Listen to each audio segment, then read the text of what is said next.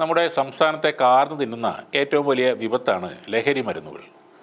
12 വയസ്സുള്ള കുട്ടികൾ വരെ ലഹരി മരുന്നുകൾ ഉപയോഗിക്കുന്ന കഥകളാണ് ഓരോ ദിവസവും പുറത്തു വരുന്നത്. ഈ ലഹരിയുടെ ഉത്ഭവസ്ഥാനം അല്ലെങ്കിൽ ഉൽപ്പാദനം നടക്കുന്നത് എവിടെയാണെന്ന് നോക്കാം. ഇപ്പോൾ എവിടെയും പറഞ്ഞു കേൾക്കുന്ന MDMA എന്നത് ഒരു സിന്തറ്റിക് ലഹരിയാണ്. ആദ്യമൊക്കെ ഒരു മെഡിസിൻ എന്ന നിലയിലാണ് ഇത് ഉപയോഗിച്ചു തുടങ്ങിയതെങ്കിലും പെട്ടെന്ന് തന്നെ പല രാജ്യങ്ങളും ഇത് നിരോധിച്ചിരുന്നു. ഏറ്റവും മാരകമായ ലഹരികളിൽ ഏറ്റവും മുന്നിലാണ് MDMAയുടെ സ്ഥാനം. ഇപ്പോൾ വിദേശ രാജ്യങ്ങളിൽ നിന്നും ഇന്ത്യയിലേക്ക് ഇത് കൊണ്ടുവരാൻ ഏറെ പ്രയാസമായതോടെ അതിൻ്റെ നിർമ്മാണവും നമ്മുടെ രാജ്യത്തിൻ്റെ പല ഭാഗങ്ങളിലും നടക്കുന്നുണ്ട് എന്നാണ് റിപ്പോർട്ടുകൾ. കറുപ്പ് അല്ലെങ്കിൽ ഒപ്പിയമാണ് ഒരുമാതിരിയുള്ള മയക്കുമരുന്നുകളുടെ അടിസ്ഥാന വസ്തുവെന്ന് വേണമെങ്കിൽ പറയാം. നമ്മുടെ അടുത്തുള്ള ഒരു രാജ്യമായ മ്യാൻമറിലാണ് ലോകത്ത് ഏറ്റവും കൂടുതൽ കറുപ്പ് കൃഷി നടക്കുന്നതെന്ന് UN റിപ്പോർട്ടിൽ പറയുന്നു. 2021 പട്ടാള അട്ടിമറിക്ക് ശേഷം ആ രാജ്യത്ത് സൈന്യവും വിമതരും തമ്മിലുള്ള ആഭ്യന്തര കലഹം രൂക്ഷമായതോടെ കറുപ്പിൻ്റെ ഉൽപ്പാദനവും കൂടിയിട്ടുണ്ട്. മ്യാൻമറിൽ വളരെയേറെ കാലങ്ങളായി കറുപ്പ് കൃഷി ചെയ്യുന്നുണ്ട്. രാജ്യത്തെ ഷാൻ സംസ്ഥാനത്താണ് ഇത് കൂടുതൽ കൃഷി ചെയ്യുന്നത്. ഇവിടെ കറുപ്പ് ഉൽപ്പാദനവുമായി ബന്ധപ്പെട്ട് ശക്തമായ ഒരു മാഫിയ തന്നെ പ്രവർത്തിക്കുന്നുണ്ട്. ലോകത്തിലെ ഒപ്പിയത്തിൻ്റെ തലസ്ഥാനമെന്നാണ് അഫ്ഗാനിസ്ഥാൻ പണ്ട് അറിയപ്പെട്ടുകൊണ്ടിരുന്നത്. 2 പതിറ്റാണ്ടോളം ഇവിടുത്തെ ഭരണത്തിൽ ശക്തമായി സ്വാധീനം ചെലുത്തിയ അമേരിക്ക ഉണ്ടായിരുന്നെങ്കിലും കറുപ്പ് കൃഷിയിൽ പറയത്തക്ക കുറവൊന്നും വന്നില്ല. 2001 അമേരിക്ക യുദ്ധത്തിന് എത്തുന്നതിന് മുന്നേ ലോകത്തുണ്ടാക്കുന്ന കറുപ്പിൻ്റെ 72% ഉൽപ്പാദനവും നടന്നിരുന്നത് ഇവിടെ തന്നെ ആയിരുന്നു.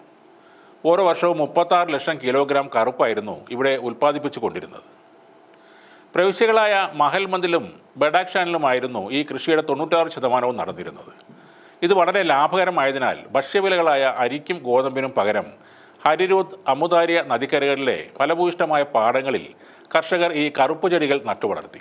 പട്ടിണി വേട്ടയാടുന്ന ആ രാജ്യത്ത് ഭക്ഷണ ദൗർലഭ്യം കൂടുതലാകുന്നതിനും ഇതൊരു കാരണമായി മാറുകയും ചെയ്തു. 2000 താലിബാൻ കറുപ്പ് കൃഷി നിരോധിച്ചുകൊണ്ട് ഒരു ഉത്തരവിറക്കി. അക്കാലത്ത് കൃഷിയുടെ തോത് ചെറുതായി കുറഞ്ഞിരുന്നു.